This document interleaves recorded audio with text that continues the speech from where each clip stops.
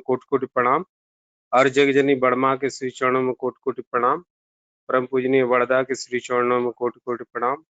आचार्य देव श्री श्री दादा के श्री चरणों में कोटि कोटि प्रणाम। ये सभा में उपस्थित सभी गुरु भाइयों को मेरा जय गुरु।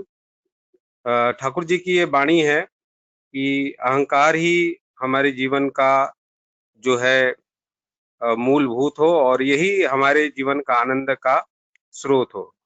तो ठाकुर जी ने जो सत्यानुसरण में बातें बताई हैं वो बहुत ही अद्भुत है।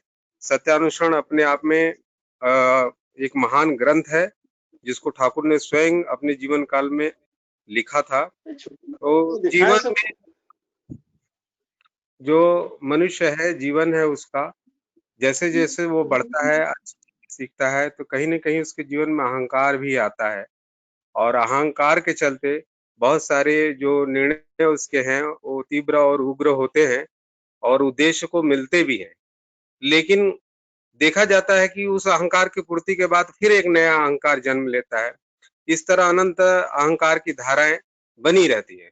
लेकिन जब मेरे अहंकार का जो स्रोत है, केंद्र है, उसका बिंदु जो है, अगर परम प्रेम में श्री श्री ठाकुर अनुकूल जी हो जाते हैं, हमारे गुरु जी होते हैं, तो वो अहंकार का जो धारा है वो आनंद में परिवर्तित हो जाता है और उनको लेके हम अपने जीवन में अच्छे ढंग से आगे बढ़ सकते हैं।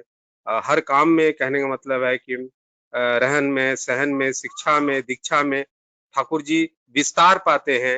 वो क्या कहते हैं कि हमारे जीवन में, और ये हमारे लिए गर्व का विषय बनता है और ये प्रसार का भी विषय बन जाता है। यही अहंकार हमारा, जो ठाकुर का जानने का जो अहंकार है, वो मेरे जीवन में मूर्त है, मेरे जीवन के आधार हैं, मेरे जीवन के केंद्र हैं, मेरे जीवन के स्रोत हैं, मेरे चलन बलन सब कुछ उनके धारा में अहंकार ना होकर एक तरह से ध्यान में परिवर्तित हो जाता है और जीवन सुंदर हो जाता है।